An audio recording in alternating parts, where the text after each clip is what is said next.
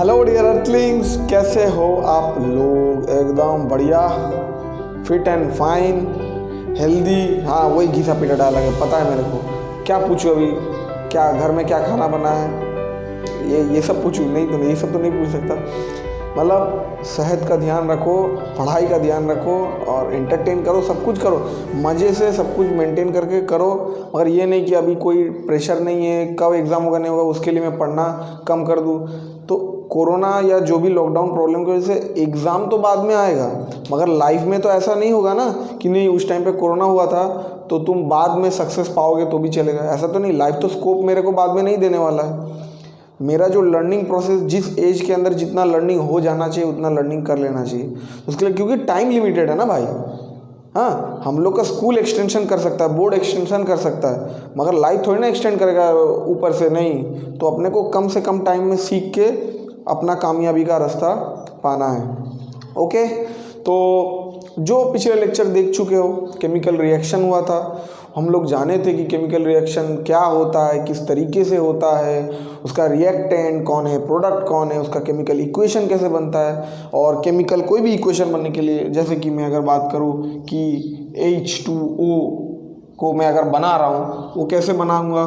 मैं हाइड्रोजन और ऑक्सीजन को ऐसे बर्तन के अंदर रख के वो झाल भेलपुरी जैसा ऐसे घोट दूंगा, बन जाएगा? नहीं, इलेक्ट्रोलाइसिस प्रोसेस थोड़ा सा बहुत ज़्यादा करना पड़ता है, वो इतना आसान नहीं है हाइड्रोजन ऑक्सीजन मिलाया और घोल लिया हो गया।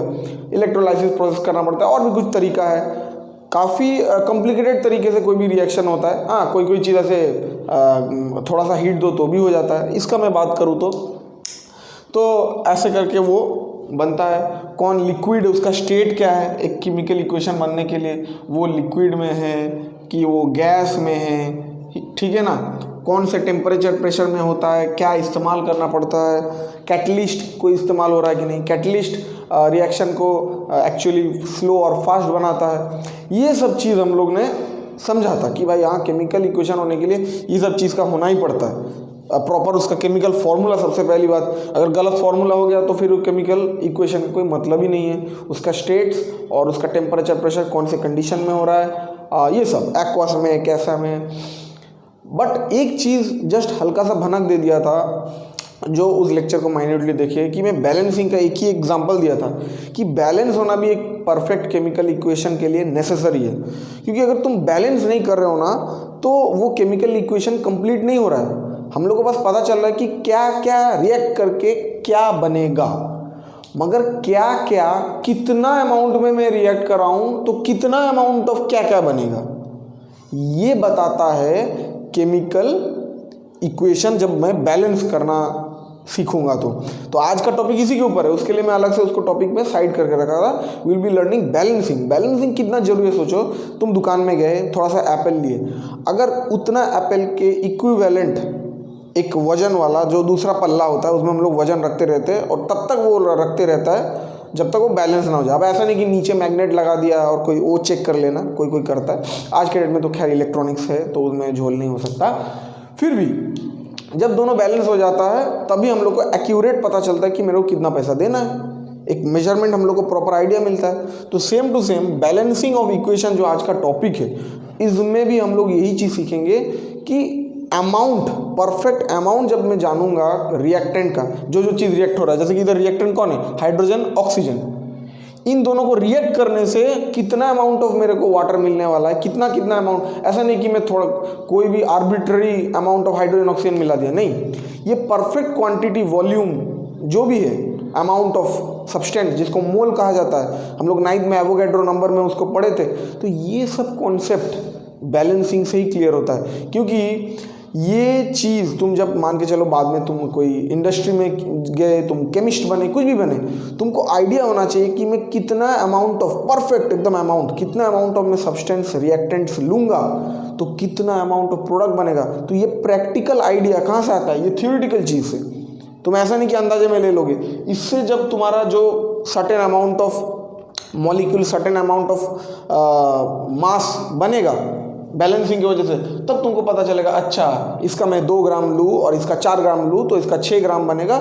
इस तरीके से आइडिया एक बैलेंसिंग के बाद ही पता चलता है। तो ये करते क्यों है, मतलब ये होना क्यों चाहिए, ये मन में प्रश्न होना चाहिए कि मतलब मैं कोई सर्टेन अमाउंट ऑफ चीज़ को मिलाऊंगा तो एक सर्टेन अमाउंट ऑफ चीज़ बनेगी, ये क्यों होता है? क्योंकि एक बहुत ही खूबसूरत साइंस का हम लोग का फॉर्मूला है जिसका नाम है लॉ ऑफ कंजर्वेशन ऑफ मास। कौन सा कंजर्वेशन ऑफ मास? जो हम लोग पढ़े हैं, law of conservation of mass, इधर आर, conservation of mass. Mass can neither be created nor be destroyed, it can only change its form from one to another. मैंने बिरयानी खाया, बिरयानी सुबह कुछ अलग हो गया, वही जाके पेड़ के अंदर मिल गया, पेड़ उसको फल में कन्वर्ट कर दिया।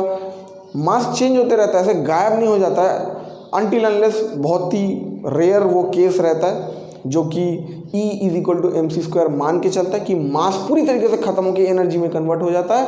वो हाइड्रोजन बॉम्ब और एटॉम बॉम्ब में ही देखने को मिलता है। और सूरज से जो इतना लाइट एनर्जी आ रहा है वो किसकी वजह से हो रहा है? वो उधर ऐसे 1 सेकंड में बिलियन ऐसे हाइड्रोजन बॉम्ब फूट रहा है। सिर्फ न्यूक्लियर फ्यूजन और न्यूक्लियर फिजन, ये दोनों ऐसे इंसिडेंट है जो तुम लोग बाद में पढ़ने वाले हो। इसी के तहत बस मास गायब हो सकता है, यानी तुमने जितना मास रिएक्ट करवाया बाद में देखोगे कि कुछ मास गायब है। बाकी कोई भी केस में जो भी अर्थली हम लोग का नॉर्मल जो भी हम लोग रिएक्शन हर जगह हो रहा है उसमें कहीं पे भी मास थोड़ा भी कम नहीं होता है। 0.0000001% का भी कुछ कमी नहीं होता है, बस वो फॉर्म को चेंज होता है, उसका फॉर्म चेंज होता है। ओके, तो प्रूफ करते हैं कि ये बैलेंसिंग की वजह से लॉ ऑफ कंजर्वेशन ऑफ मास बरकरार रहता है। यानी तुम जितना रिएक्टेंट लोगे अंत में उतना ही प्रोडक्ट बनना चाहिए, उससे ना ज़्यादा उससे ना कम। यही तात्पर्य इंपॉर्टेंस है ऑफ बैलेंसिंग ऑफ इक्वेशन। तो इसको कैसे बैलेंस करेंगे? तो देखो बहुत सिंपल है, इसको चार्ट टेबल अलग अलग नाम से थ्योरी, इसका थ्योरी से हम लोग को मतलब नहीं है। ये अगर हम लोग को आ गया तो हम लोग को क्या है, कुछ लिखना विखना कुछ नहीं पड़ता है, बस इनके आगे कुछ नंबर्स डालना पड़ता है। और अगर हम लोग ने सही नंबर डाल दिया तो एकदम खचाखच 100% मार्क्स। इसमें कोई मतलब ये कोई स्पेलिंग वगैरह या कुछ लिखने जैसा कि कुछ एक्सप्लेनेशन में कमी हो गया, स्पेलिंग मिस्टेक हो गया, इसमें कोई टेंशन नहीं है। इसमें तुमको अगर सही तुमने नंबर डाल दिया और केमिकल फॉर्मूला सही का सही रहा तो तुमको पूरा का पूरा मार्क्स मिलेगा। तो एकदम श्योर शॉर्ट मार्क्स रहता है, उसके लिए बैलेंसिंग करना बहुत ज़रूरी है और बाद में तुमको पूरा लाइफ बैलेंसिंग काम आएगा। So let's start. देखो ये जो मेथड का नाम है वो चार्ट मेथड, टेबल मेथड, कुछ अलग अलग नाम से पुकारते हैं। हम लोग को देखना है कि कुछ भी ऐसे रहेगा तो चालू कहाँ से करेंगे, कैसे करेंगे, what is the practical thing. देखो सिंपल बात है कि हम लोग को हाइड्रोजन और ऑक्सीजन ये दो ही एलिमेंट दिख रहा है, तो उसका एक लेफ्ट हैंड साइड है और इसका एक राइट हैंड साइड है, कोई दिक्कत नहीं। ओके, इसका मतलब ये हो रहा है कि लेफ्ट हैंड साइड और राइट हैंड साइड ये रिएक्टेंट का साइड है, ये प्रोडक्ट का साइड है। और अब मैंने अभी भी बोला कि लॉ ऑफ कंजर्वेशन ऑफ मास के तहत लेफ्ट हैंड साइड और राइट हैंड साइड यानी रिएक्टेंट और जो प्रोडक्ट का वैल्यू वो सेम होना चाहिए। जितना मैं शुरुआत में डाला था रिएक्शन के बाद उतना ही मेरे को मिलना चाहिए। तो मैं ऐसे बीच में एक ऐसे ये ड्रॉ कर सकता हूँ और ये हो गया मेरा हाइड्रोजन, ये मेरा ऑक्सीजन। तो लेफ्ट हैंड साइड में हाइड्रोजन कितना है देख के बताओ, 2। अच्छा ये 2 क्यों हो रहा है? क्योंकि हाइड्रोजन ऑक्सीजन का एटोमिसिटी है। जो ये चैप्टर पढ़ने आ रहा है उसका 9th का कॉन्सेप्ट क्लियर नहीं है, वो जाके एक बार 9th का वैलेंसी एटम मॉलिक्यूल चैप्टर को देख ले तो वैलेंसी का आइडिया हो जाएगा। केमिकल फार्मूला बनाने में उसको मदद होगा कि भाई हाँ H2, अब ये तो सबको पता है मगर बाकी का वैलेंसी पता रहेगा तो ऐसे क्रॉस मल्टीप्लाई होगा, वो कैसे फार्मूला बन रहा है, किसका एटोमिसिटी कितना, ये याद हो जाएगा। ऐसे बहुत सारे लोगों का एटोमिसिटी 2 होता है, हाइड्रोजन, ऑक्सीजन हो गया, क्लोरीन हो गया, फ्लोरीन हो गया, ठीक है ना। तो ये सब याद रखना, क्योंकि जितना भी गैसियस रहता है वो फ्री स्टेट में नहीं रह पाता है, वो हमेशा कंबाइन होकर जोड़ के रहता है। 2 हाइड्रोजन, 2 ऑक्सीजन, 2 क्लोरीन, ऐसे खुले में अकेला नहीं घूम सकता, इतना आज़ादी नहीं है उन लोगों के पास, ठीक है। ओके, अब देखो हाइड्रोजन का 2 है, राइट हैंड साइड भी हाइड्रोजन 2 है, ऑक्सीजन कितना है 2 है, इधर कितना है 1 है। अब देखो लेफ्ट हैंड साइड में मास कितना बन रहा है, 2 हाइड्रोजन का मास कितना होता है 2 एटॉमिक मास यूनिट, क्योंकि एक हाइड्रोजन का atomic mass 1 atomic mass unit होता है। ऑक्सीजन का 1 एटॉमिक जो मास यूनिट रहता है अगर मैं देखूँ तो कितना होता है ऑक्सीजन का 16 एटॉमिक मास यूनिट, 16 होता है। तो 2 ऑक्सीजन है तो 16 2 जा 32, टोटल कितना हुआ 34, याद रखना है। कोई दिक्कत नहीं है। एटोमिसिटी ये सब भी वो सब उधर दिया गया है, क्योंकि उधर ही तुम लोग एटॉमिक मास यूनिट सीखे थे। तो 9 का वो कॉन्सेप्ट पढ़ लोगे ना तो केमिकल रिएक्शन और बेटर समझ में आएगा। इसके बाद में केमिस्ट्री का बहुत लंबे लंबे टॉपिक है। ओके, तो 34U लेफ्ट साइड में बन रहा है, तो मेरा राइट साइड में कितना बन रहा है देख लो।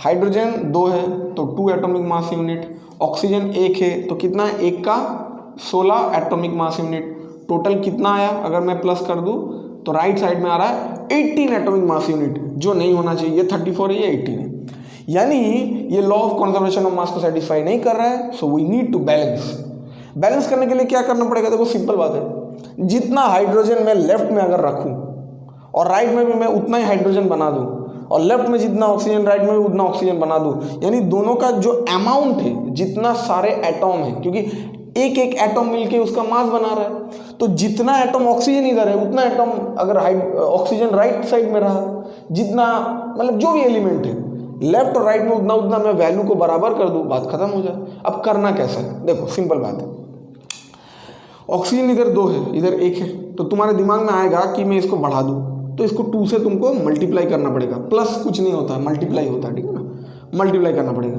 अब तुम क्या सोचोगे कि चलो राइट हैंड साइड का ऑक्सीजन में मैंने 2 मल्टीप्लाई कर दिया, मैं ये सबको थोड़ा सा रब कर रहा हूँ क्योंकि मेरे को इधर नंबर लिखना है, तो मैं तुम इधर 2 मल्टीप्लाई कर दिए, मगर यही हो जाएगा गलत, क्योंकि H2O2 is the chemical formula of hydrogen peroxide. It has a hello and heaven difference with water और हाइड्रोजन पेरोक्साइड का कोई रिलेशन नहीं है, ठीक है।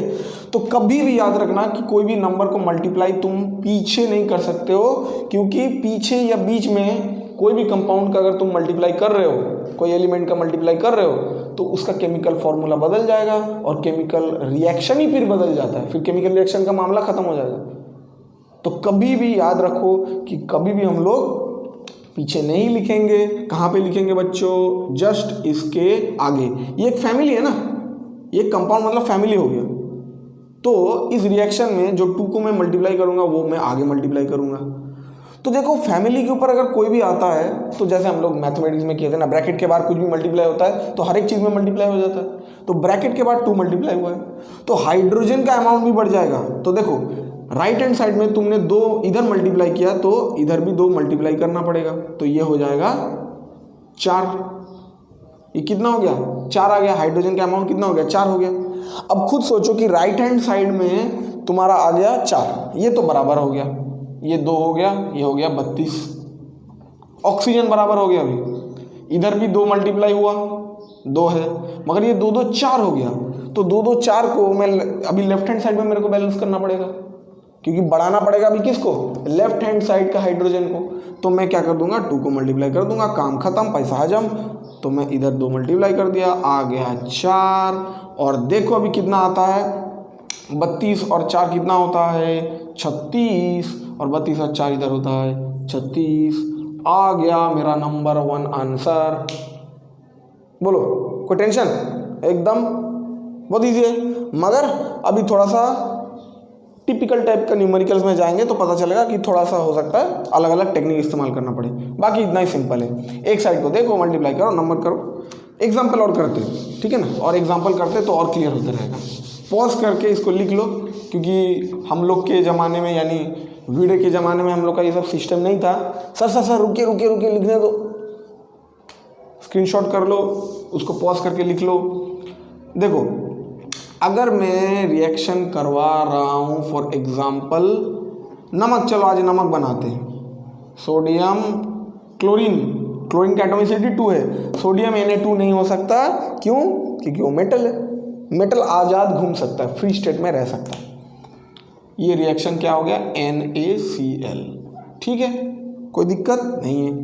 तो NaCl जब मेरा रिएक्शन बन गया तो मैं वैसे ही एक लेफ्ट हैंड साइड और राइट हैंड साइड बनाऊंगा। अभी और शॉर्ट लिखता हूँ, ये मेरा Na हो गया, ये मेरा Cl हो गया। अब मैं देखूंगा कि मेरा लेफ्ट हैंड साइड में 1 सोडियम है, राइट हैंड साइड में भी 1 सोडियम है, लेफ्ट हैंड साइड में 2 क्लोरीन है, राइट हैंड साइड में 1 क्लोरीन है। तो नॉर्मल सी बात है, जहाँ पे ज़्यादा है उसके ऑपोजिट साइड में हम लोग को वजन डालना रहता है, तभी वो एप्पल, कांदा, फलाना, ढिमका, लिमका सब बैलेंस हो जाएगा। तो देखो लेफ्ट में 2 है तो इधर 2 मल्टीप्लाई कर दो, तो क्लोरीन हो जाएगा बैलेंस, मगर राइट हैंड साइड में अगर तुम कुछ कर रहे हो तो समझना है कि ये क्लोरीन अकेला नहीं है। अगर क्लोरीन अकेले में रहता तो खोपची में उसको तुम जितना चाहे मल्टीप्लाई कर सकते थे। सुमड़ी में बोलते हैं ना, बार मिल अकेले में जाकर नहीं भाई, मारपीट नहीं मत करना भाई, I am against always violence, बात से काम कर लेना। बात है कि ये अकेला नहीं है, मतलब अकेले रहता तो मैं इसको मल्टीप्लाई करके ज़्यादा कर सकता था, बट ये एक फैमिली बन गया, एक कंपाउंड बन गया है। तो मैं को अगर मल्टीप्लाई करना है तो पूरा NaCl के पहले मल्टीप्लाई करना है 2, और जैसे ही मैंने 2 मल्टीप्लाई किया तो सोडियम का नंबर बन गया 2, तो सोडियम हो गया 2 राइट हैंड साइड में। अब ये क्या है, लेफ्ट हैंड साइड में मेरे को 2 मल्टीप्लाई करना पड़ेगा सोडियम का, तो ये 2 2 बराबर हो गया, ये 2 2 बराबर हो गया। अब देखो, अब तुम लिख के अगर मल्टीप्लाई नहीं करोगे तो मतलब नहीं है। इधर तुमने 2 मल्टीप्लाई किया तो तुरंत के तुरंत इधर 2 लिख दो, ये अकेले में है। तो सोडियम से पहले मैंने जो 2 मल्टीप्लाई किया ना, इसके वजह से बाकी किसी में असर नहीं आया क्योंकि ये अलग है। मगर जब कंपाउंड में रहता है ना, तो तुम कोई भी मल्टीप्लाई करते हो तो ध्यान रखना हमेशा कि उसका हर एक एलिमेंट्स के ऊपर वो असर पड़ने वाला है। हर एक एलिमेंट्स का नंबर उतना टाइम्स बढ़ जाएगा। Are you getting my point? So देखो, बस बराबर हो गया, ये 2 ये 2 ये 2 ये 2 हो गया, सिंपल। एक को बदलना पड़ेगा, एक की वजह से दूसरा बदलेगा, दूसरे की वजह से तीसरा बदलेगा, और पूरा केमिकल रिएक्शन इस तरीके से सेम हो जाता है। ओके, रब करो इसको, वेरी गुड। इसके अंत में मैं बहुत सारा ऐसे दे दूंगा टेस्ट, मतलब ऐसे चेक करने के लिए, तुम लोग घर में प्रैक्टिस करना तो आ जाएगा समझ में। जितना प्रैक्टिस करोगे, ये प्रैक्टिस का है, ये याद रखने का नहीं है, जितना तुम प्रैक्टिस करोगे ना उतना तुम्हारा बेटर होता रहेगा। ओके, देखो अब एक अच्छा करते हैं कि आयरन के साथ मैंने मिलाया पानी, और उसके बाद जो क्रिएट हुआ वो हुआ Fe3O4 प्लस हाइड्रोजन। चलो ये बनाया मैंने रिएक्शन, ठीक है। अब बात है कि इसको कैसे बैलेंस करेंगे। तो इसमें 3 एलिमेंट है। कितना एलिमेंट है? 3 है। तो भाई ये मेरा लेफ्ट हैंड साइड, ये हो गया मेरा राइट हैंड साइड, ये मेरा हो गया कॉलम। अब मेरा आया Fe, और हाइड्रोजन भी है और ऑक्सीजन भी है। क्लियर? सब कुछ बराबर है? ओके ना, बात सोचना पड़ेगा कि कैसे कैसे नंबर है डिस्ट्रीब्यूटेड। ये 1 में है तो ये 1 और ये 3। हाइड्रोजन का कितना है? हाइड्रोजन का लेफ्ट साइड में है 2 और राइट साइड में भी है 2। अच्छा, ऑक्सीजन का कितना है? लेफ्ट साइड में है 1 और राइट साइड में है 4। अब कैसे करेंगे सर? देखो कोई बात नहीं, तुम फर्स्ट एलिमेंट, मतलब पहली बात है ऐसा एलिमेंट को चुनना जो कि अकेले में रहता है। अब इधर सब लोग मतलब 1 में, जैसे कि तुम कुछ रिएक्शन तुमको मिलेगा कि एक ही एलिमेंट 2-3 जगह में डिस्ट्रीब्यूटेड है, तो उनको पहले अटेम्प्ट नहीं करने का। तो सबसे अच्छा जो बेटर है ना, देखो ये शुरुआत में अकेले में है, तो ये बंदा अकेले में है, मैं इसको कोई भी नंबर से घुमा फिरा के मैनिपुलेट कर सकता हूँ, क्योंकि उसका नंबर चेंज करना आसान है। फैमिली में मतलब आ जाता है, बहुत ज़्यादा कॉम्प्लिकेटेड हो जाता है, तो नंबर मल्टीप्लाई करने से सब लोग को तकलीफ होता है। तो 3 को क्या करना पड़ेगा? ये 3 है, इधर 1 है, तो सिंपली इधर मैं 3 मल्टीप्लाई कर देता हूँ, ठीक है। तो मैं इधर 3 मल्टीप्लाई किया, ये हुआ बराबर। अच्छा, अब बाकी चीज़ देखते हैं। इधर हाइड्रोजन 2 है, इधर हाइड्रोजन 2 है, कोई बात नहीं, मगर प्रॉब्लम इधर है इस जगह पे प्रॉब्लम। मैं अगर 4 कर रहा हूँ और इधर कितना है? 1 है, तो नॉर्मल सी बात है इस 4 को इसके जैसा बनाने के लिए मेरे को, ये पूरा एक फैमिली है, तो मैं क्या कर लूँगा? मल्टीप्लाई कर दूँगा 4 से। तो मेरा जो ऑक्सीजन का अमाउंट 4 से मल्टीप्लाई होने के बाद आ गया 4। तो ऑक्सीजन तो बराबर हो गया, मगर मैंने बोला था कि अगर मैं कंपाउंड के बाहर मल्टीप्लाई करता हूँ तो पूरा फैमिली को असर पड़ेगा। यानी जो हाइड्रोजन हमारे नीचे बबुआ है वो 4 2 8, 4 गुना बढ़ गया।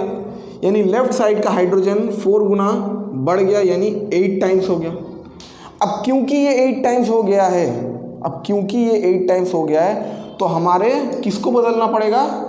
इस वाले हाइड्रोजन को, क्योंकि ये 4 टाइम बढ़ गया, ये 8 हो गया, ये तो अभी भी 2 है, मगर ये अकेले में है। इसको तुम 4 400 4 लाख कितना भी मल्टीप्लाई करो, ये बाकी लोग को डिस्टर्ब नहीं करने वाला है। मगर मेरे को 4 से ही मल्टीप्लाई करना है, और मेरा हाइड्रोजन जो आ जाएगा 8, 4 ऑक्सीजन 8 हाइड्रोजन 3 फेरम 3 फेरम। एक को बदलना है बदल दिया, क्योंकि वो देखो ये कोई एक को पहले इसको बदल दिया तो इसको कोई झमेला ही नहीं पड़ा। अब ये 4 था, 4 को करने के लिए मैंने किया 4 जैसे ऑक्सीजन को मैंने बैलेंस करने गया, हाइड्रोजन बदल गया, हाइड्रोजन इधर बदल गया, तो इधर भी मैंने हाइड्रोजन बदल दिया। क्लियर, एकदम फील हो रहा है? ओके। नेक्स्ट हमारा बहुत मज़ेदार है बैलेंसिंग ऑफ इक्वेशन। मैथ्स कर करके न्यूमेरिकल ही आता है। ओके, अब देखो जैसे कि लेड नाइट्रेट PbNO3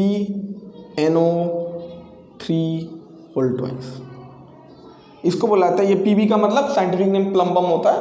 तो लेड नाइट्रेट को मैंने रिएक्शन करवाया तो का आएगा, lead oxide plus nitrogen dioxide plus oxygen, ये 3 चीज़ क्रिएट हो रहा है। ठीक है, ये 3 चीज़ क्रिएट होने के बाद अभी अपने को ये करना पड़ेगा कि इसको बैलेंसिंग में कैसे करोगे। थोड़ा सा ट्राई कर लो, अभी बहुत सारा हो गया तो इसको थोड़ा सा ट्राई कर लो। ट्राई करने के बाद मेरा सॉल्यूशन देख लेना, पॉज करके ट्राई कर लो, फिर सॉल्यूशन देखना। अच्छा, मैं अपना काम चालू कर देता हूँ। ये हो गया अपना लेड, तो इसको अब करेंगे तो लेड का नाम लिख दिया मैंने, नाइट्रोजन का नाम लिख दिया और ऑक्सीजन का नाम लिख दिया। ठीक है, तो ये मेरा एक ही साथ एक ही फैमिली के अंदर आ जा रहा है, सबसे बड़ा है। यानी कोई भी चेंज होगा तो ये सबके साथ हो जाएगा। तो ये याद रखना है, ये मेरा लेफ्ट हैंड साइड हो गया, ये मेरा राइट हैंड साइड हो गया, ये मेरा हो गया। अच्छा, इधर मैं क्यों लिख रहा हूँ, अब नंबर को लिखने का बारी आ गया। लेड का एक है, कोई बात नहीं, एक। अच्छा, नाइट्रोजन कितना हो रहा है, नाइट्रोजन इधर 2 मल्टीप्लाई हुआ है, ये ब्रैकेट के अंदर है, तो इसका मतलब 2 ऑक्सीजन से ही मल्टीप्लाई हुआ है, 2 नाइट्रोजन से ही मल्टीप्लाई हुआ है ना।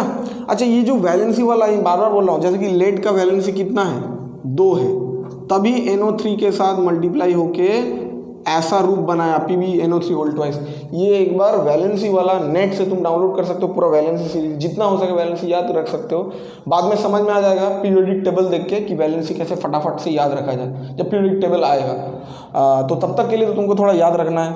और देखो NO3 का वैलेंसी 1 है, उसका तरीका मतलब कैसे एक वैलेंसी से दूसरे वैलेंसी जान सकते हो। देखो जैसे कि HNO3, ये नाइट्रिक एसिड का नाम बहुत जन सुने हैं, तो हाइड्रोजन का वैलेंसी 1 है, सबको पता है, तो ऑब्वियसली बात है NO3 को भी 1 ही होना पड़ेगा। 1 होगा तभी जाके HNO3 होगा। अगर ये 2 होता, अगर इसका वैल्यू 2 होता तो H2NO3 होता। तो इस तरीके से हम लोग एक वैलेंसी से दूसरा लेके आ सकते कि भाई इसका 1 है। कुछ को तो याद रखना ही पड़ेगा। देखो नहीं याद रखें तो कैसे होगा कि भाई लेड का 2 है ना, ये लेड ऑक्साइड क्यों बना। अब देखो लेड का 2 तुमको पता चल गया, ऑक्सीजन का 2 पता चल गया, तो क्या हो जाता है, कट करके 1 हो जाता है ना। इस तरीके से सब कुछ होता है। सो उसके लिए थोड़ा सा वैलेंसी वाला टॉपिक को देख लेना, है ना। अब असली आ जाते हैं जो बैलेंसिंग वाला। नाइट्रोजन इधर 2 है, इधर 1 है, क्योंकि 2 से इधर मल्टीप्लाई हो रहा है, तो ये हो गया हमारा 2 और इधर हमारा आ गया 1। ऑक्सीजन 3 2 जा 6, ऑक्सीजन 2 + 2 + 1, पूरा अक्खा देखना है राइट साइड में कितना है प्रोडक्ट के अंदर। ऐसा नहीं कि गिने चुने एक जगह में देख लिया, टोटल ऑक्सीजन कितना है। मैंने बड़ा एप्पल लिया, बड़ा एप्पल को 3 हिस्से में काटा, तो क्या मतलब एक ही हिस्सा को मैं ले लूँ, नहीं भाई, 3 हिस्से में बढ़ गया ऑक्सीजन, 5 है इधर, ठीक है, कोई दिक्कत नहीं है। अच्छा, तो ये एक स्पेशल टाइप ऑफ न्यूमेरिकल है। इतना देर से जो कर रहे थे भाई चार्ट के हिसाब से चार्ट करना, मतलब एक केमिकल रिएक्शन जैसा, इसको चेंज किया, उसको चेंज किया, इसको वजह से ये चेंज हुआ, सब बराबर हो जाता है। ये इसको ट्राई करके देखो इसका नंबर कैसे आता है। ये थोड़ा सा तुमको ये चेंज करोगे और वो चेंज करोगे तो सब कुछ बराबर नहीं आने वाला है। इसमें थोड़ा सा एक, इसको हिट एंड ट्रायल मेथड बोला जाता है। हिट एंड ट्रायल, अब मेथड का नेमिंग इंपॉर्टेंट नहीं है, इंपॉर्टेंट है कि न्यूमेरिकल देख के कैसे समझ जाओगे कैसे अप्लाई करना है। देखो पहली बात है कि मैं इसको करने जाऊंगा, चलो ये वाला पेन से करता हूँ। अगर मैं करने जाऊंगा तो सबसे पहला मेरे को दिक्कत क्या आएगा कि लेड और लेड तो बराबर है, अगर ये अलग होता मैं कुछ कर पाता। नाइट्रोजन इधर 2 है, तो तुम क्या करोगे, 2 से मल्टीप्लाई करके राइट साइड वाला नाइट्रोजन को 2 गुना बढ़ा दोगे, तो राइट साइड वाला नाइट्रोजन ये है और उससे पहले 2 मल्टीप्लाई कर दिए। अब क्योंकि तुमने 2 मल्टीप्लाई किया तो ये क्या हो गया, ये 4 और 2 6 और 7 हो गया, यानी ये आ गया 7। मगर ये 6 है, अभी भी 7 है, ये बैलेंस ये बैलेंस ये बैलेंस। ऐसा एक नंबर आ गया ना कि तुम मतलब किसी को मल्टीप्लाई करके ज़्यादा भी नहीं कर सकते हो। देखो ये ऑलरेडी बढ़ा हुआ है, ये ज़्यादा है, तो तुमको अगर तुम मल्टीप्लाई करते हो ये पूरा संतुलन बिगड़ जाएगा। और मल्टीप्लाई करोगे भी तो कितने से करोगे, ये 7 है, 7 को कितना मतलब इधर 7 है इधर 6 है, तो मैं कम वाले नंबर को ऐसे कोई नंबर से मल्टीप्लाई करता था जिससे ये दोनों बराबर हो जाए। जैसे इधर अगर 4 रहता था और इधर 2 रहता था तो मैं 2 से मल्टीप्लाई कर देता था, 4 बन जाता था। मगर 6 और 7 को ऐसे करेंगे कैसे? यही प्रॉब्लम को दूर करने के लिए देखो क्या आएगा कि इसको हिट एंड ट्रायल बोलते हैं कि लेफ्ट साइड में जो मेरे को दिख रहा है, इस साइड में मेरे को कमी जरूर है, ये तो मेरे को पता चल रहा है, और इस साइड में ऑक्सीजन अकेला है, बहुत जन मतलब डिस्ट्रीब्यूटेड है, तो मैं कोई भी नंबर को सुमड़ी में मल्टीप्लाई करके उसका पूरा वैल्यू चेंज कर सकता हूँ। प्रैक्टिकली देख लो मैं क्या बोलना चाह रहा हूँ। मैं जैसे ही मेरे को दिख रहा है कि कोई बैलेंस नहीं हो रहा है तो मैं एक 2 मल्टीप्लाई करके चेक करूँगा, ट्रायल करूँगा कि ये बराबर हो सकता है कि नहीं। 2 से मैंने जैसे ही मल्टीप्लाई किया तो लेड का बढ़ गया 2 गुना, लेड 2 गुना बढ़ गया तो नाइट्रोजन के साथ 2 मल्टीप्लाई हो गया, यानी लाइट नाइट्रोजन के साथ 2 मल्टीप्लाई हो गया, बन गया ये 4। अच्छा ये 2 भी ऑक्सीजन के साथ मल्टीप्लाई हो गया क्योंकि 3 दूना 6 था और 6 हो गया 12, ये पूरा हो गया चेंज। सेम तरीके से लेड का 2 को तुमको बराबर करने के लिए राइट साइड में तुम 2 मल्टीप्लाई करोगे, यानी ये हो गया लेड 2 2 2 2 को मल्टीप्लाई करने की वजह से ऑक्सीजन का वैल्यू बढ़ गया। अभी ऑक्सीजन को लास्ट में कैलकुलेट करेंगे क्योंकि बहुत सारे चेंज आएंगे। नाइट्रोजन 4 है, अब नाइट्रोजन को देखते। नाइट्रोजन का 4 को तुमको सही करने के लिए तुमको नाइट्रोजन में भी 2 मल्टीप्लाई करना पड़ेगा, तो क्या हो जाएगा 4, यानी जो 2 था उसको काट के तुमको लिखना पड़ेगा 4। ये तुम पेंसिल यूज़ कर सकते हो कि बैलेंसिंग के बाद असली वैल्यू पेन से लिख देने के लिए, कोई प्रॉब्लम नहीं होगा। 4 हो गया, यानी 4 4 ये बराबर हो गया। अब ऑक्सीजन का बारी है। अब देखो ऑक्सीजन इन चेंजेस की वजह से कितना चेंज हुआ। ये हो गया इधर 2 ऑक्सीजन, इधर हो गया 4, 2 × 8। इन पीछे वाला नंबर ना मल्टीप्लाई करना मत भूलना, सब लोग गलती करते हैं। और कोई कोई पीछे नंबर नहीं भी रहता है तो हमेशा सोच लेता है हाँ वो के पीछे तो हमेशा 2 रहता है तो लगा देता हूँ, ये गलती मत करना। देखो भाई ये 2 है, ये 4 दुगना 8 ऑक्सीजन है, और ये 2 है, यानी 8 और 2 10 और 2 12, इधर कितना हो गया 12 ऑक्सीजन। तो देखो एक एजम्पशन, थोड़ा सा एजम्पशन हुआ, इसको ट्रायल बोलते हैं। ऐसा 1 या 2 बार हम लोग ट्रायल कर सकते हैं, 2 लगा के हुआ तो हुआ, एक बार 3 लगा के, बस दैट्स इट। 2 या 3 लगा के या 1 2 ऐसे चेंज करके हम लोग अगर चेक कर लेते कि बाकी हो रहा है कि नहीं, और सच्ची में ऐसे एक नंबर ऐसे ट्राई करके देखने से पूरा इक्वेशन बैलेंस हो जाता है। इसको हिट एंड ट्रायल बोलते हैं, ये हो जाता है। मगर हमेशा 100% ऐसे अंदाजे में काम तो नहीं चलेगा। अगर नंबर कुछ और बड़ा है, 4 है 5 है, अगर मेरे को मल्टीप्लाई करना पड़ता तो इसके लिए एक स्पेसिफिक फॉर्मूला मैं सिखाऊंगा। मगर तब तक ये कर लो कि अगर तुमको लग रहा है कि हाँ थोड़ा ही ऐसे नंबर का फ़र्क आ रहा है और ऐसे ऑड इवन का प्रॉब्लम हो रहा है, अगर ये कुछ दूसरा नंबर होता तो मैं मल्टीप्लाई करके कुछ कर भी पाता, नहीं हो पा रहा है तो एक नंबर में ऐसे मल्टीप्लाई जोड़ देना पड़ता है और उसकी वजह से पूरा सीरीज कंप्लीट हो जाता है। This is the concept. पहुँच दूँ? ओके। तो नेक्स्ट टाइप ऑफ जो न्यूमेरिकल करेंगे देखो, वो एक्चुअली इसका नाम वही थ्योरेटिकली उसको अगर समझने के लिए हम लोग को कुछ फॉर्मूला समझना पड़ेगा। मगर पहले मैं रिएक्शन लिख देता हूँ। C4H10 प्लस, अगर मैं ऑक्सीजन के साथ इसको हीट करता हूँ then it becomes carbon dioxide plus water. ठीक है, वाटर। अब देखो अगर इसको तुम सॉल्व करने जाओगे, पहले तो खुद ट्राई करो, सॉल्व करो, जो हम लोग का नियम है कि भाई हाँ जहाँ पे जो कमी है इसमें कार्बन है, इधर कार्बन कम है, इधर मल्टीप्लाई करो, मल्टीप्लाई करके ये चेंज हो गया, इसको बैलेंस करने के लिए फिर उसको मल्टीप्लाई करो। तो पहले खुद से एक बार ट्राई करके देखो और चार्ट बना के देख लो कि तुम्हारा वो मुमकिन हो पा रहा है कि नहीं। बट आई एश्योर यू, करने के बाद तुम देखना कि ऐसा कोई नंबर आ रहा है जिसको मैं मल्टीप्लाई करके ना इसको बदल सकता हूँ ना उसको बदल सकता हूँ। ऑड इवन वाला कॉन्सेप्ट है कि इधर है 5 उधर है 6, 7 है इधर 9 है, मतलब ना इसको मल्टीप्लाई करके उसको बढ़ा सकता हूँ ना उसको मल्टीप्लाई करके इसको बढ़ा, तो ऐसे एक एंडिंग में आ जाएगा। फिर कोई भी नंबर में किसको बढ़ाऊँ किसको घटाऊँ ये कन्फ्यूजन में आ जाता है, और इसको हिट एंड ट्रायल में नहीं होगा। बात मेथड का नहीं है, बात है कि मैं प्रैक्टिकली कोई चीज़ को कैसे अप्रोच कर रहा हूँ। मैंने अप्रोच किया, ये प्रैक्टिकली अप्रोच है, इसमें थ्योरी लॉ कानून कुछ याद रखने की जरूरत नहीं है कि मेरे को पता है कि भाई एक नंबर कम है, दूसरे को मल्टीप्लाई करना है, दूसरे को ऐसे तब तक बैलेंस करते रहूँगा। अगर ये नहीं कामयाब हुआ, मैंने हिट एंड ट्रायल लगाया, किसी जगह पर मैं ऐसे अंधाधुन मान के चलो इधर 4 मल्टीप्लाई कर दिया, 4 मल्टीप्लाई करने से जो बदलाव आया, इधर 2 है इधर 5 कुछ मल्टीप्लाई कर दिया, मतलब कुछ करके मैंने देखा हाथ में नहीं लगा। वो एक ही बार कर सकते, उससे ज़्यादा करोगे तो टाइम वेस्ट। तो इसका एक फॉर्मूला जैसा है, इसके पीछे एक थ्योरी है कि किस तरीके से हम लोग इसको सॉल्व करते हैं, जिसका हम लोग नंबर प्रेडिक्ट नहीं कर पाते। तो उसके लिए एकदम सिंपल से फॉर्मूला है, बस इसको थोड़ा सा लंबा लगता है, मगर सुनते जाओगे और ध्यान से अगर 1-2 बार प्रैक्टिस कर लोगे तो विद इन शॉर्ट टाइम उसको तुम सॉल्व कर दोगे। इससे क्या होता है, एक्यूरेट वैल्यू आएगा, अंदाजा का कोई ज़रूरत नहीं है तुमको, चेक मतलब जस्ट एक बार चेक कर लोगे बस बात खत्म। 2 बार 3 बार तुमको देखना भी नहीं पड़ेगा सब बराबर है कि नहीं बराबर। अगर तुम्हारा फॉर्मूला सही आ गया, मतलब तुमने कर लिया फटाफट करके, तो ये सब जो न्यूमेरिकल है ना एकदम एक्यूरेट, इसका एक्यूरेसी बहुत हाई है, इसमें गलती नहीं होता है। तो ये प्रोसेस एक बार हम लोग देख लेते हैं कि क्या हो रहा है, कि जब ऐसे प्रॉब्लम का सामना होगा तब हम लोग क्या करेंगे कि A B C D ऐसे वेरिएबल मैं पुट कर दूंगा इन कंपाउंड, जितना भी कंपाउंड होगा उससे पहले। ये क्या है, एक वेरिएबल है, एक नंबर है, इसके अंदर कोई नंबर छुपा है जो मेरे को नहीं पता, मगर मैं ये जानता हूँ कि ये नंबर बिठाने के बाद ये पूरा इक्वेशन बैलेंस हो जाएगा।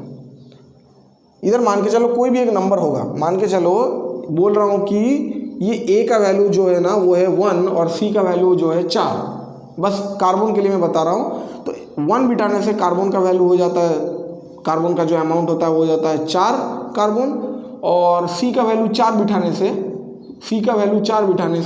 हो जाता है 4 कार्बन, तो बैलेंस्ड हो जाता है। बट ये एक एग्जाम्पल है, ये असली नंबर नहीं है। असली नंबर क्या है उसके लिए हम लोग को सॉल्व करना पड़ेगा। तो आओ सॉल्व करते हैं और देखते हैं, एकदम सिंपल है यार, एकदम पानी, कोई टेंशन नहीं। बस मैंने 4 नंबर बिठाया, मैं क्या बोला शुरुआत में, ये नंबर बिठाने से पूरा इक्वेशन सॉल्व हो जा रहा है, बैलेंस हो जा रहा है, ये मैं पहले ही ले लिया हूँ, पकड़ लिया हूँ, समझ लिया हूँ। तो इसका मतलब है कि लेफ्ट साइड का जितना भी कार्बन है इस टाइम पे राइट साइड में कार्बन के साथ इक्वल होगा, इस वेरिएबल बिठाने की वजह से। तो लेफ्ट साइड में मेरा कार्बन कितना है, कार्बन का मैं अगर वैल्यू लिखूँ, ये मेरा लेफ्ट हैंड साइड हो गया, ये मेरा राइट हैंड साइड हो गया, और इसको मैं right hand left hand side में कोई कंपेयर भी नहीं कर रहा हूँ, डायरेक्टली मैं इक्वल बोल सकता हूँ कि लेफ्ट साइड का कार्बन राइट हैंड साइड का कार्बन के साथ इक्वल है। और वो कितना है, 4 × A, क्योंकि ये अभी एक नंबर जैसा हरकत कर रहा है, ये इसके साथ मल्टीप्लाई होगा। तो 4A कार्बन का वैल्यू जितना होगा, 4A का वैल्यू जितना होगा, C × हो रहा है, तो C का वैल्यू भी उतना होगा। क्योंकि कार्बन का वैल्यू कैसे मालूम चलेगा, बस ये C मल्टीप्लाई होगा, C का जो भी नंबर होगा 1 2 3 4 5 जो भी नंबर होगा वही कार्बन का नंबर होगा। अच्छा, इस तरीके से फटाफट इसको करते हैं। हाइड्रोजन का कितना होगा, ये मल्टीप्लाई होगा तो कितना हो जाएगा 10A। राइट हैंड साइड में कितना है 2 × D, और कहीं पे हाइड्रोजन दिख रहा है नहीं, 2 × D। मल्टीप्लाई करना मत भूलना इसके पीछे वाले नंबर से, कोई क्या हो जाता है ना, पीछे वाला नंबर भूल जाता है। ऑक्सीजन में देखो पीछे नंबर है तो 2C, तो लेफ्ट साइड में पहले देख लेते हैं कितना अमाउंट है, 2 × B amount of oxygen left hand side में है, और राइट हैंड साइड में कुल मिला के कितना ऑक्सीजन है, क्योंकि इधर ऑक्सीजन 2 पार्ट में डिवाइड हो गया, मगर मेरे को टोटल ऑक्सीजन ही देखना है ना। मैंने एक एप्पल को 3 पार्ट में कट कर दिया, तो इसका मतलब क्या है, एक एप्पल को मैं पकड़ूँ ही ना, नहीं, ऑक्सीजन 3 पार्ट में गया है, मगर कुल मिला के ऑक्सीजन राइट हैंड साइड में कितना है, वो कुल मिला के मेरा लेफ्ट हैंड साइड में कितना ऑक्सीजन है वो देखना पड़ेगा। तो देखो 2C = 2C प्लस D से मल्टीप्लाई हो रहा है तो D होगा, पीछे कोई 2 नहीं है। अब ये भी कोई ओवर कर देता है कि हाँ हर जगह में तो 2 ही रहता है, तो इधर भी मेरे को 2 नहीं भी दिखा तो भी मैं 2 मल्टीप्लाई कर दिया, अरे है ही नहीं तो इधर कुछ नहीं है, मतलब 1 है, ठीक है ना। तो D यानी 2C प्लस डी का जितना ऑक्सीजन का अमाउंट होगा 2B का वैल्यू भी उतना होगा। ये हमारा इक्वेशन रेडी हो गया। अब मेरे को करना है सॉल्व। तो सॉल्व करने का सबसे पहले रूल, फर्स्ट रूल, कि जो वेरिएबल सबसे ज़्यादा बार आएगा, first of all the variable which comes the maximum time जो आएगा, उस वेरिएबल का वैल्यू को, उसको 1 पकड़ना है। समझने से मतलब है, हम लोग को ये सब कोई थ्योरी लिखने नहीं दिया, मतलब तुमको समझ का जरूरत है। जो वेरिएबल सबसे ज़्यादा बार आएगा, ए 2 बार है, यानी नंबर से मैं नहीं देख रहा हूँ, जितना बार रिपीट होगा, इधर भी ए, इधर भी ए, इधर भी सी, इधर भी सी, इधर भी डी, इधर भी डी, यानी ये तीनों का टाई हो रहा है, यानी तीनों ही सबसे ज़्यादा बार आ रहा है। नॉर्मली अगर कोई एक वेरिएबल सबसे ज़्यादा बार होता तो उसको तो तुम आंख मूंद के पकड़ लेते, मगर इधर तीनों ही आ रहा है तो मैं कोई एक को पकड़ लेता हूँ, कोई भी एक नंबर को पकड़ लेता हूँ। तो खुद सोचो, ए, सी और डी के अंदर ये इक्वेशन के अंदर सबसे इजी पकड़ना किसको है? ये वाला को सॉल्व करना। और सी इधर देखो अकेला बैठा है, तो मैं क्यों ना सी को ही 1 पकड़ लूँ, मेरा झमेला ज़्यादा खत्म हो जाए। या तो मैं ए को भी 1 पकड़ सकता हूँ, कोई बात नहीं, सी को 1 पकड़ो, ए को 1 पकड़ो, तुम्हारा आंसर सेम आने वाला। तो किसको? सी को 1 पकड़ लेते, कोई बात नहीं। सी को मैंने 1 पकड़ लिया। सी का वैल्यू अगर 1 है तो 4a = 1 आ जाएगा, तो a का वैल्यू हो जाएगा 1/4। आ गया a का वैल्यू। a का वैल्यू इधर पुट करो तो तुम्हारा ये वाला इक्वेशन सॉल्व हो जाएगा। a का वैल्यू कितना है? 1/4, तो 10 × 1/4, और ये 2 क्या हो जाएगा? नीचे डिवाइड हो जाएगा ना। तो d = क्या हो रहा है? इधर 2 5 × 10, तो d का वैल्यू हो गया 5/4। सिंपल बात है। d का वैल्यू इधर पुट करो, c का वैल्यू तुमको पता है 1, तो 2 × 1 प्लस d का वैल्यू है 5/4। ये किसका वैल्यू देगा? 2b का वैल्यू देगा, b का नहीं 2b का। तो मेरे को b निकालना है। तो पहली बात, इधर आंसर कितना आ जाता है देखो, ये हमारा क्या हुआ 2 + 5/4, तो 4 LCM 2 + 5, बच्चों जैसा हरकत, और 2 नीचे मल्टीप्लाई हो जाएगा। अरे 2 ऊपर था, नीचे आ जाएगा ना। एलसीएम लिया, नहीं गलत हो गया, 4 LCM होगा तो क्या होगा, ये 4 ऊपर मल्टीप्लाई होगा। ये 2 था ना, ये तो 2 बन गया था, इसको मैं काट के लिख देता हूँ, 2 × 2, तो क्या होता है एलसीएम 4 2 से मल्टीप्लाई होगा तो 8 + 5, ठीक।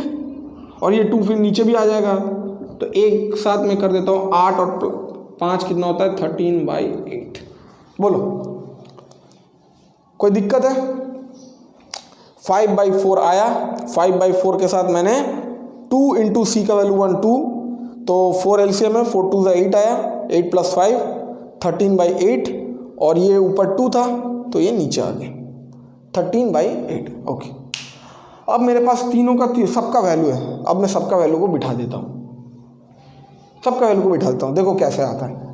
तो इसको मैं थोड़ा सा इसको रब कर दूँ, पॉज करके इतना तक लिख लेना, इसको मैं रब कर दे रहा हूँ। नेक्स्ट पार्ट क्या है कि अब ABCD का वैल्यू को असाइन करो। नेक्स्ट पार्ट में ABCD वैल्यू पुट, ये नेक्स्ट।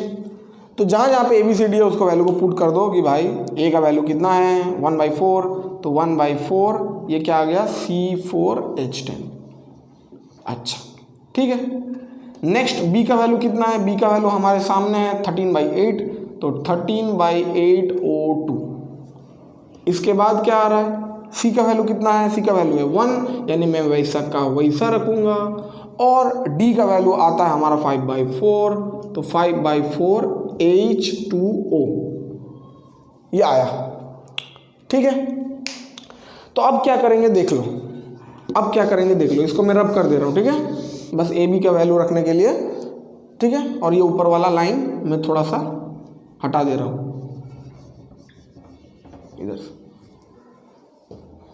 तो देखो हमारा ये चीज़ आ गया। अब करेंगे क्या? कोई भी जगह में ऐसे कोई केमिकल रिएक्शन में हम लोग फ्रैक्शन के तौर पे नहीं लिख सकते। क्यों मालूम है? क्योंकि केमिकल रिएक्शन में अगर फ्रैक्शन लिखते तो ऐसे आधा पौने वाला कॉन्सेप्ट हो जाता है। कभी सुना है? हाँ, आधा मॉलिक्यूल ऑक्सीजन, पौने मॉलिक्यूल हाइड्रोजन, ऐसा नहीं आ सकता। कोई ऐसा केमिकल फॉर्मूला रहता है, यानी कोई ऐसे मॉलिक्यूल रहता है, उसके अंदर कोई दूसरा कंपाउंड अगर रहता है, जैसे कि तुम बाद में पढ़ोगे प्लास्टर ऑफ पेरिस के अंदर ऐसे हेमीहाइड्रेट ऐसे बोला जाता है, बहुत सारे कंपाउंड रहता है, यानी कोई एक कंपाउंड है उसके अंदर हाइड्रो मतलब वाटर का आधा मॉलिक्यूल है या 1/4 है या 1/3 है, वो एक कंपाउंड के अंदर ही है, उसके लिए उसका अमाउंट को हम लोग फ्रैक्शन के तौर पे कभी कभी इस्तेमाल करते हैं, मगर कोई भी केमिकल रिएक्शन के चलते हुए हम लोग ऐसे फ्रैक्शनल वैल्यू कभी नहीं इस्तेमाल करते, तो फिर वो कॉन्सेप्ट ही गलत हो जाता है। ठीक है ना, भले हमारा एटॉम मॉलिक्यूल डिविजिबल है, उसको मैं तोड़ सकता हूँ, फ्रैक्शन में काट सकता हूँ, एक एटॉम को तोड़ोगे तो प्रोटॉन इलेक्ट्रॉन न्यूट्रॉन आएगा, उन लोग को तोड़ोगे तो up quark down quark lepton, हजारों प्रकार के चीज़ आते हैं, ग्लूऑन, बट हम लोग वो सब लेवल पे नहीं जा रहे, अभी क्वांटम फिजिक्स हो गया, ये सिर्फ फ्रैक्शनल लेवल पे हम लोग नहीं लिख सकते। तो फ्रैक्शन को हटाने के लिए क्या करना पड़ता है, कोई नंबर को मल्टीप्लाई करो, नीचे वाला नंबर अब गायब। तो करना क्या पड़ेगा, थर्ड स्टेप लिख लो कि सबसे जो तुमको बड़ा नंबर दिखे, सबसे बड़ा डिनोमिनेटर से मल्टीप्लाई कर दो। क्या कर दो, मल्टीप्लाई। सबसे बड़ा डिनोमिनेटर तुमको जो मिल रहा है, सबसे बड़ा डिनोमिनेटर कौन है, देखो 8 है। इसको करने का पीछे लॉजिक सुन लो, मैं अगर सबसे बड़ा नंबर से मल्टीप्लाई करता हूँ तो नीचे का जो छुटका नंबर है 8 तो खुद गया, 8 से मैं अगर इसको मल्टीप्लाई कर दिया तो ये तो काटाकुटी होकर नीचे का गया, और दूसरी बात है इससे जो छोटा नंबर है वो भी तो काटाकुटी हो जाएगा, वो तो गायब हो जाएगा नीचे से। और मल्टीप्लाई करना है तो बोथ साइड, ये मल्टीप्लाई बोथ साइड करना है, बोथ साइड मल्टीप्लाई, ऐसे मैं ब्रैकेट में लिख दे रहा हूँ, बोथ साइड तुमको मल्टीप्लाई करना है। उसका भी कारण बता रहा हूँ, तो पहले मल्टीप्लाई करके देखते हैं। ये पूरा फैमिली के साथ, ये पूरा अच्छा चीज़ है, इसके साथ मैं क्या कर दूंगा, 8 मल्टीप्लाई कर दूंगा, और ये भी पूरा फैमिली के साथ मैं क्या कर दूंगा, 8 मल्टीप्लाई कर दूंगा। ठीक है, कोई दिक्कत नहीं है। अब मैं दोनों साइड में क्यों 8 मल्टीप्लाई किया, देखो ABCD का जो भी मैंने वैल्यू निकाला अब तक, उस वैल्यू को बिठाने के बाद सब साइड क्या हो गया था, इक्वल हो गया था, बैलेंस्ड हो गया था। उसी हिसाब से तो मैंने इक्वेशन सॉल्व किया कि मेरा A और B और C का जो भी वैल्यू मैं बिठाऊंगा वो अगर प्रॉपर बिठाया जाए तो ये पूरा मतलब इधर का कार्बन के साथ इधर का कार्बन, इधर के ऑक्सीजन के साथ उधर का ऑक्सीजन, सब बराबर हो जाएगा। उस हिसाब से ही वैल्यू आया, यानी इस टाइम पे मेरा ABCD का वैल्यू बिठाने के बाद पूरा केमिकल जो इक्वेशन बना है ना वो बैलेंस्ड है। और अगर तुम कोई जगह में ज़बरदस्ती मतलब मल्टीप्लाई कुछ भी कर रहे हो तो उसका मतलब होता है तुमको ऑपोजिट साइड में भी मल्टीप्लाई करना चाहिए, तभी तुम जितना इधर बढ़ाओगे उतना उधर बढ़ेगा, क्योंकि ऑलरेडी बैलेंस्ड है। अब क्यों बिगाड़ना चाहते हो, एक जगह में अगर तुमने बढ़ा दिया दूसरे जगह में भी बढ़ा दो तो क्या हो जाएगा, दोनों वापस बैलेंस्ड हो जाएगा। तो मैं 8 से इधर मल्टीप्लाई किया तो देखो क्या होता है, 8 से मैं जब इधर मल्टीप्लाई कर रहा हूँ तो 8 × 1/4 आएगा, 8 × 1/4 आएगा, तो 4 × 2 = 8 है ना, काटाकुटी होने के बाद। तो इधर क्या आ गया, 2C4H10। अच्छा इधर देखो ये 8 से तो ये 8 पूरा गायब भी हो जाएगा, ठीक है ना। तो ये कितना आ जाएगा, 13O2, ठीक है, कोई प्रॉब्लम नहीं है। अच्छा इसके बाद 8 के साथ ये पूरा मल्टीप्लाई हो रहा है तो क्या हो जाएगा, 8CO2, और ये 8 के साथ अगर ये मल्टीप्लाई होता है तो क्या होगा, 4 और 8 से काटाकुटी होगा तो इधर क्या हो जाएगा, 2 मल्टीप्लाई हो जाएगा, 4 × 2 = 8, 2 इससे मल्टीप्लाई हो रहा है ना। चलो नहीं समझ में आ रहा, मैं इधर दिखा दे रहा हूँ। 8 से ये पूरा मल्टीप्लाई हो गया, जैसे कि 8 से ये भी मल्टीप्लाई हुआ, 8 से ये भी मल्टीप्लाई हुआ, तो सिमिलरली इससे ये मल्टीप्लाई हुआ और 8 इसको भी मल्टीप्लाई करेगा। अगर 8 × 5/4 होता है, इतना काटाकुटी अच्छी बात नहीं है, अगर 8 × 5/4 होता है तो कितना होता है, देखो 8 × 5/4, 4 × 2 = 8, 10, ठीक है, 5 × 2 = 10। ये मल्टीप्लाई सही से करना, ऐसा नहीं कि 8 को अंधाधुंध बिठा दिया, काटाकुटी करके 5 × 2 = 10 आया, H2O। ये हो गया कंप्लीटली बैलेंस्ड रिएक्शन, परफेक्ट, इसमें कोई फ्रैक्शन नहीं है, बैलेंस्ड है कि नहीं एक बार चेक कर लो, मेरे बात पे मत भरोसा करो। C4 = 8, तो इधर 8 कार्बन है और इधर 8 कार्बन है, बराबर। 10 × 2 = 20 हाइड्रोजन और इधर 10 × 2 = 20 हाइड्रोजन, बराबर है, ओके। 13 × 2 = 26 ऑक्सीजन है और राइट साइड में देखो 8 2 16 ऑक्सीजन प्लस, क्योंकि दो दो जगह में है 10 ऑक्सीजन, कि कुछ नहीं मतलब 1 है 100 नहीं मतलब 10 ऑक्सीजन, ठीक है ना। 16 + 10 26 हो गया बैलेंस्ड। थोड़ा सा लंबा लगा, मगर तुम जब 1 2 बार 3 बार 4 बार प्रैक्टिस कर लोगे ना तो तुम्हारा ये सही हो जाएगा। बस ABCD ऐसे वैल्यू असाइन करना, सबसे उसमें से जो बड़ा है लेना, लेने के बाद उसका इक्वेशन बना देना कि भाई इधर का कौन सा एलिमेंट के साथ उधर का कौन सा जो एलिमेंट होगा उसके वैल्यू के साथ अगर तुम इक्वल कर दिए, वैल्यू निकाल लिए, बिठा दिए, और फिर अगर नीचे कोई नंबर रहा तो जो सबसे बड़ा नंबर होगा उसको मल्टीप्लाई करना है।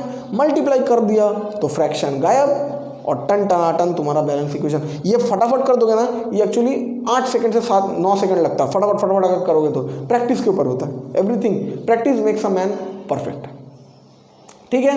तो मैं इसके ऊपर सेम, क्योंकि ये बड़ा है, इसको तुम 1 2 बार 3 बार और करो। इसके ऊपर कुछ न्यूमेरिकल है ना, वो हम लोग करेंगे घर में। क्या और एक करवा दो? चलो और एक करवा देता हूँ तो और बेटर हो जाएगा। देखो इसी लेवल का और एक करवा देता हूँ, क्योंकि बाकी जो है वो तो दिमाग में समझ में आ गया है, मगर अभी हो रहा था कि नहीं सर मतलब और एक थोड़ा सा नियम पता चल गया है, लिख लिए हो सर, और एक पता चल जाता तो मतलब क्लियर होता। अरे एक क्या 1000 करवा दूंगा, उसका क्या टेंशन। तो देखो एमोनिया, इसको बोला जाता है एमोनिया NH3, ठीक है। कैसे? नाइट्रोजन का 3, हाइड्रोजन का 1, तुरंत एमोनिया में नाइट्रोजन हाइड्रोजन रहता है, और नाइट्रोजन हाइड्रोजन होगा तो ये 3 मल्टीप्लाई इधर हो जाएगा, 1 मल्टीप्लाई इधर हो जाएगा, बच्चों वाला concept. Ammonia plus oxygen gives nitrogen oxide. हाँ, इसमें प्लेटिनियम कैटलिस्ट इस्तेमाल करना पड़ता है, इसमें कैटलिस्ट डालना पड़ता है, हाँ। और भी मतलब लैब में कॉपर कैटलिस्ट इस्तेमाल करके भी काम हो सकता है, प्लेटिनम कैटलिस्ट इस्तेमाल किया जाता है। तो एमोनिया को अगर ऑक्सीजन से इस तरीके से रिएक्ट करवा दिया जाए तो वो देगा नाइट्रोजन ऑक्साइड प्लस क्या देगा, H2O, वाटर देगा। इस तरीके से अगर मैं कैटलिस्ट नहीं इस्तेमाल करता ना तो नाइट्रोजन गैस डायरेक्टली निकलता। बहुत सारे प्रैक्टिकल एक्सपेरिमेंट्स है, बाद में पता चलेगा। एक मैंने ये दिया, इसको सॉल्व करके बताना है, और तुम उसको ट्रेडिशनल मेथड से पहले सॉल्व करके देख लेना कि भाई इधर 2 है इधर 3 है, तो मैं क्या करूँगा, हाँ भाई ये नाइट्रोजन तो बराबर है, ऑक्सीजन भी 2 है, तो मैं 3 है तो 3 को मैं 2 से मल्टीप्लाई कर देता हूँ। ऐसे तुम्हारे दिमाग में पहले आएगा।